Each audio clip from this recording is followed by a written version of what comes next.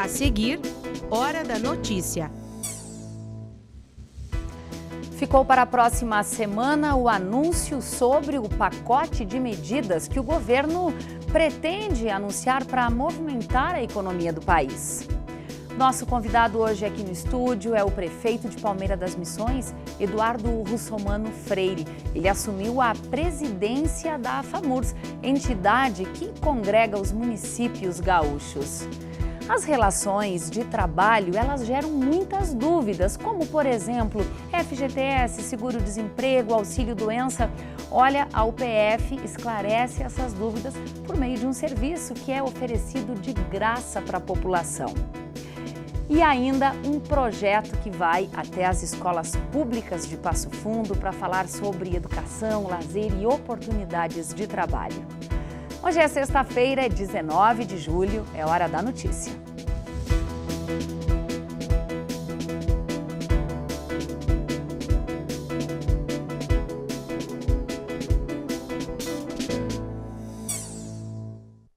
Jornada de trabalho, férias, rescisão. Olha, com a reforma trabalhista surgiram ainda mais dúvidas por parte dos trabalhadores e também dos empregadores.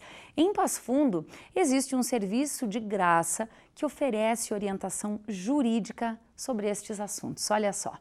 Esta senhora procurou o balcão do trabalhador para tirar dúvidas sobre a rescisão do contrato de trabalho. Depois da reforma trabalhista, surgiram muitas dúvidas por parte dos trabalhadores e dos empregadores. Se é possível dividir as férias dos seus empregados em 3 momentos, ou se permanecem 2 períodos apenas, como na legislação antiga. Empregadores que querem esclarecer dúvidas a respeito da reforma. Mas a nossa grande maioria de atendimento é empregados, é trabalhadores que vêm nos consultar pequenas dúvidas, como, por exemplo, eu trabalhei 2 horas a mais na semana, eu tenho direito a receber como hora extraordinária? Se for hora extraordinária, ela tem algum acréscimo, é o mesmo valor? O Balcão do Trabalhador é um projeto de extensão da UPF. Oferece atendimento gratuito a todas as pessoas que tenham dúvidas nas relações trabalhistas. Se a pessoa precisa ajuizar alguma ação, qual é o encaminhamento que vocês dão? Nós damos 3 opções para as pessoas. Primeiro, fazer alguma eventual denúncia no Ministério do Trabalho e Emprego, ou se precisa de assistência jurídica para eventual processo, temos o SAJUR, que é a outra extensão da UPF, ou o sindicato da categoria do trabalhador. O Balcão do Trabalhador também atua com projetos junto à comunidade. A erradicação do trabalho infantil, que é onde a gente vai às escolas e, de uma forma lúdica, divertida, tenta explicar às crianças o que é uma tarefa infantil e o que é um trabalho infantil. E conta muito com a ajuda dos professores, que detectando algumas situações, como, por exemplo, quando verificam que uma criança tem faltado repetidamente às aulas, porque se queixa que tem que cuidar dos irmãos, etc. e tal, eles sempre nos alertam para que a gente verifique e averigue essa situação. E talvez um dos projetos nossos mais desafiadores é a questão da saúde e segurança do trabalhador.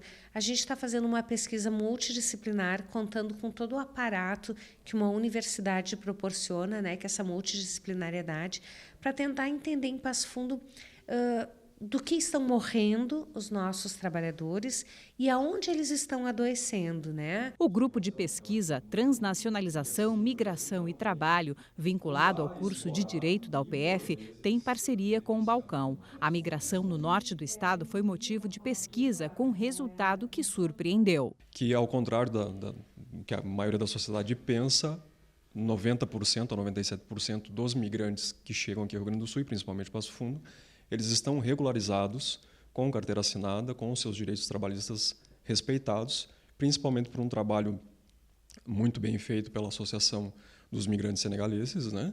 Pela todo esse amparo que é dado a eles. E, claro, nós temos algumas ocasiões e alguns percentuais de trabalhadores ambulantes, mas é por uma opção dessas pessoas, né? Não que o mercado não ofereça o amparo, a assistência e toda a parte trabalhista a esses migrantes. E o Balcão do Trabalhador vai realizar alguns atendimentos durante as atividades de domingo na Praça Santa Terezinha, em Passo Fundo. Esse evento vai contar também com a participação da APACE, a Associação Passo Fundense de Cegos, que está completando 20 anos. Neste domingo, além da mateada, vai acontecer também apresentações de grupos e exposição de trabalhos desenvolvidos pela APACE, por outras entidades, além, é claro, da atuação do Balcão do Trabalhador. A programação começa às 14h, estão previstos shows com bandas locais, venda de lanches e também exposição de carros antigos. Reforma da Previdência, Pacto Federativo, dificuldades financeiras nas prefeituras. Bom, são assuntos que agora passam a ser tratados pelo prefeito de Palmeira das Missões, Eduardo Russomano Freire. No começo do mês ele assumiu a presidência da FAMURS, entidade aí que congrega os municípios gaúchos. E hoje nós temos o prazer de recebê-lo aqui no Hora da Notícia. Prefeito, obrigada pela sua presença. Eu quero começar já lhe perguntando, destas demandas que já estão postas, o que lhe é prioridade? Boa tarde. Nós temos várias demandas que são prioritárias. A questão do Pacto Federativo é a pauta principal do municipalismo. Isso vem sendo discutido há décadas. Nós estamos prestes a ter um projeto de lei apresentado no Congresso visando alterações desse Pacto Federativo. E para nós, municipalistas, através da FAMURS, através da CNM, é muito importante que essas entidades estejam presentes na modelagem desse projeto. Nós esperamos ter um projeto que seja construído de acordo com as necessidades municipalistas, mas nós temos esperança que seja positiva às alterações que estão propostas para esse ano. Prefeito, apesar do assunto ser antigo, como você mesmo disse aí, há décadas ainda tem gente que não conhece de forma sintética o que é o Pacto Federativo. Eu vou lhe pedir brevemente para explicar e também me responder qual é a sua expectativa com relação a este governo. A questão é a divisão de recursos entre os entes da federação. Hoje, menos de 14% dos recursos arrecadados chegam diretamente aos municípios. Se fala no número oficial de 17%, mas esse número não é verdadeiro. Hoje é cerca de 14% de recursos que chegam direto aos municípios de tudo que é arrecadado. São recursos que não são suficientes para a gente poder conceder um serviço de qualidade para a população.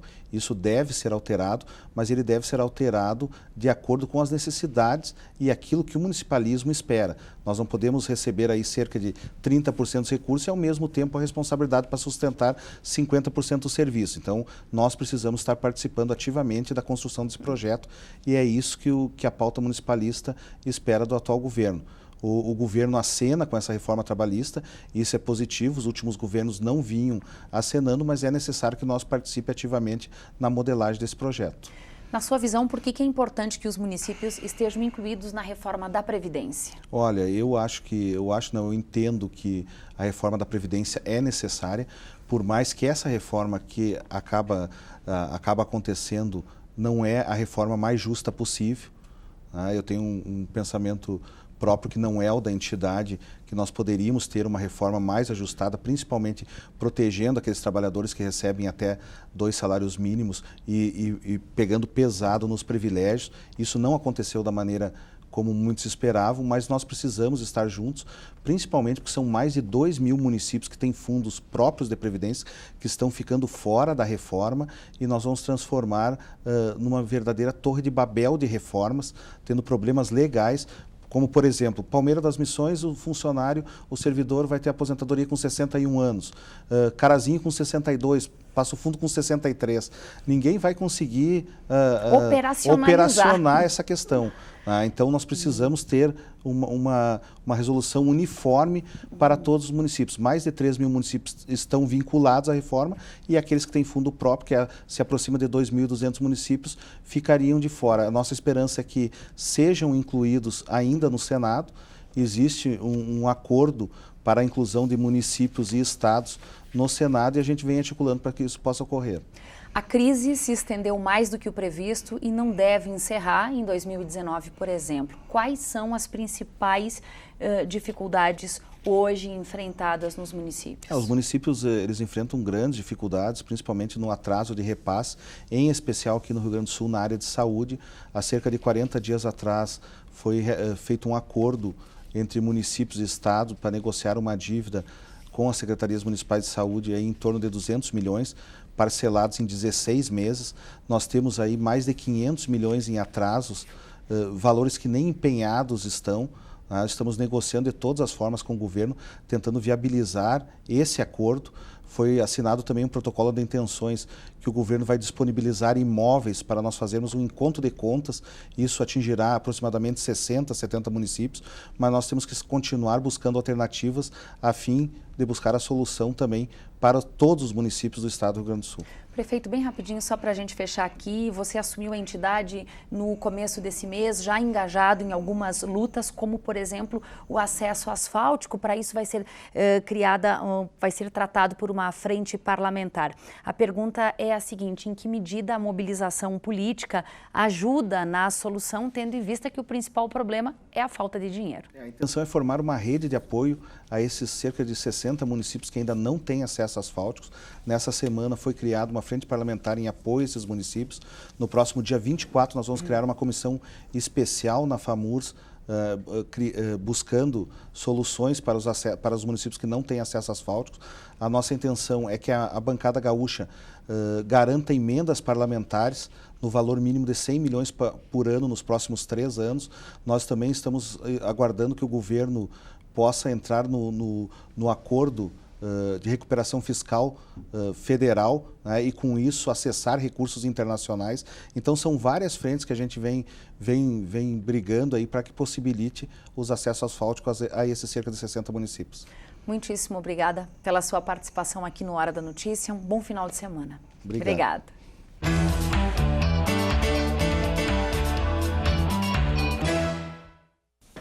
Olha, o que a gente quer saber agora é, na verdade, o que todos os trabalhadores do país querem saber. A decisão do governo sobre os saques ao FGTS. Zumara, que novela. Pois é, Thaís. E olha, ficou todo mundo numa grande expectativa, mas ficou para a próxima semana o anúncio sobre o pacote de medidas que o governo pretende anunciar para movimentar a economia. O governo recuou da proposta inicial de liberar saques das contas ativas e inativas do FGTS aos trabalhadores, muito por conta de um apelo feito pelo setor da construção civil. O recurso do FGTS é utilizado para financiar projetos habitacionais populares e os empresários advertiram que liberar o saque, mesmo limitado em um percentual, pode descapitalizar esse fundo. Importante, uma proposta tem ganhado força na equipe técnica do governo, a de disponibilizar um saque anual do FGTS limitado, que funcionaria, aliás, como uma espécie de 14º salário no ano. O anúncio, porém, ficou para a próxima quarta-feira. Vamos aguardar. Zumara, essa semana a gente divulgou aqui a nova data da Jornada de Literatura, que não acontece agora em outubro, acontece, ao que tudo indica, em março, final de março do ano que vem. A movimentação literária é constante na cidade. E que notícia relacionada à leitura você tem pra gente? Olha, muito boa, Thaís. Esta semana, a BS Bios, em parceria com a editora LPM, fez a doação de 800 livros a 4 bibliotecas de escolas públicas de Passo Fundo. A doação faz parte do projeto Pró Biblioteca, através da Lei Rouanet de Incentivo à Cultura, com um único objetivo de colaborar na formação de crianças e jovens. A ação beneficiou alunos das escolas estaduais Eulina Braga, Coronel Gervásio Lucasanes, o Instituto Estadual Cardeal Arco Verde e a Escola Municipal Guaraci Barroso Marinho. Cada escola recebeu 200 títulos, uma bela iniciativa na cidade, que é a capital nacional da literatura. Zumara, obrigada pelas informações. Um ótimo fim de semana para ti. Até segunda. Até segunda. Obrigada. Um projeto que vai até escolas públicas de Passo Fundo para falar sobre educação, lazer, oportunidades de trabalho. É o que a gente conta depois do intervalo.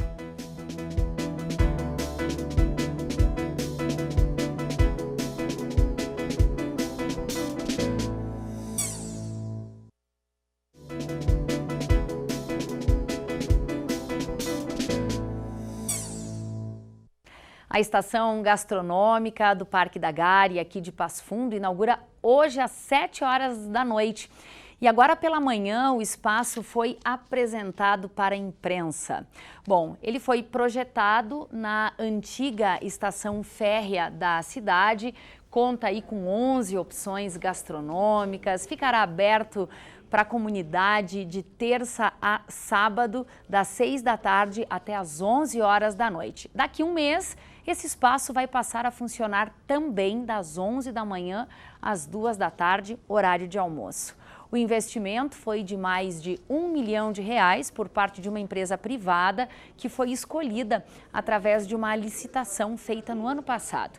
E além do espaço gastronômico que você está acompanhando aí nas imagens feitas hoje cedo, também tem a Estação da Arte, que vai funcionar em horários diferentes. A Estação da Arte é de terça a quinta, das 2 às 5 da tarde, e sextas e sábados, das 4 da tarde às 8 da noite. Na segunda-feira, a gente vai te mostrar aqui no Hora da Notícia, em uma reportagem, mais detalhes sobre esse espaço. A sexta-feira começou com chuva, mas no fim de semana tem previsão de sol e de temperatura perto dos 25 graus. Confira.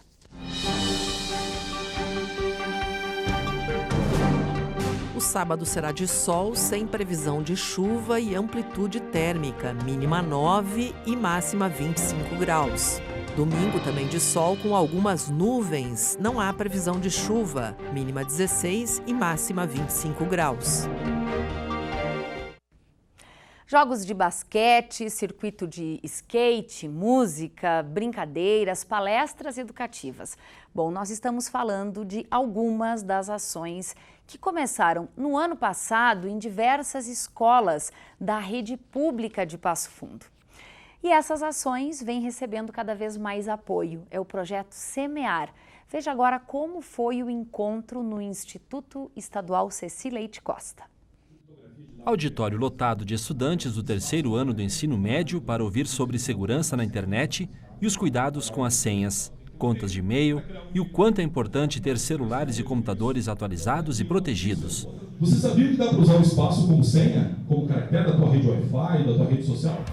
Lá fora no pátio, os outros anos do ensino médio se reúnem para jogar um basquete ou dar uma volta no circuito de skate. E depois que a palestra termina, as turmas se juntam para aproveitar o intervalo e o restante da manhã.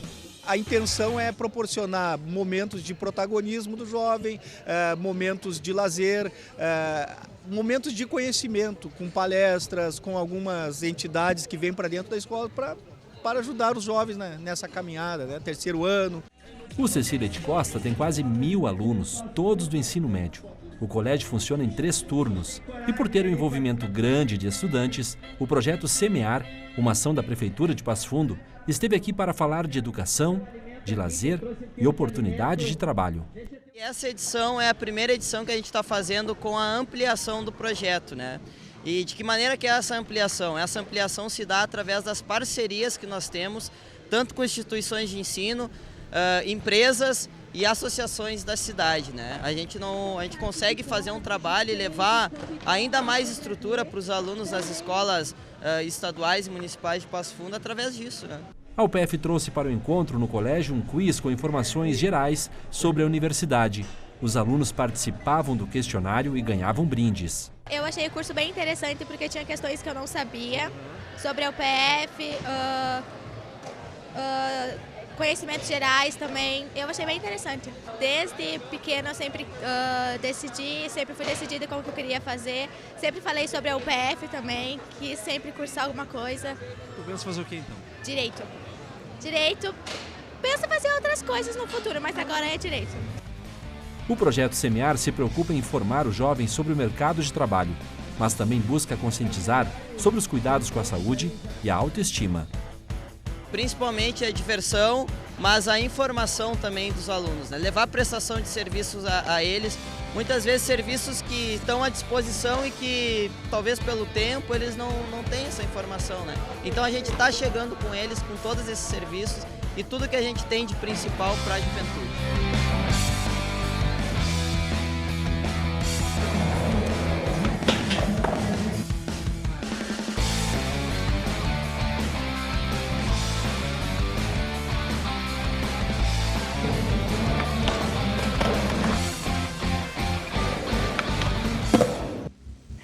Essas foram as informações de hoje. E as nossas principais notícias estão no programa A Semana. É hoje, às 11 da noite, amanhã e domingo, às 7 da noite. O Hora da Notícia volta na segunda-feira. Um ótimo final de semana para ti.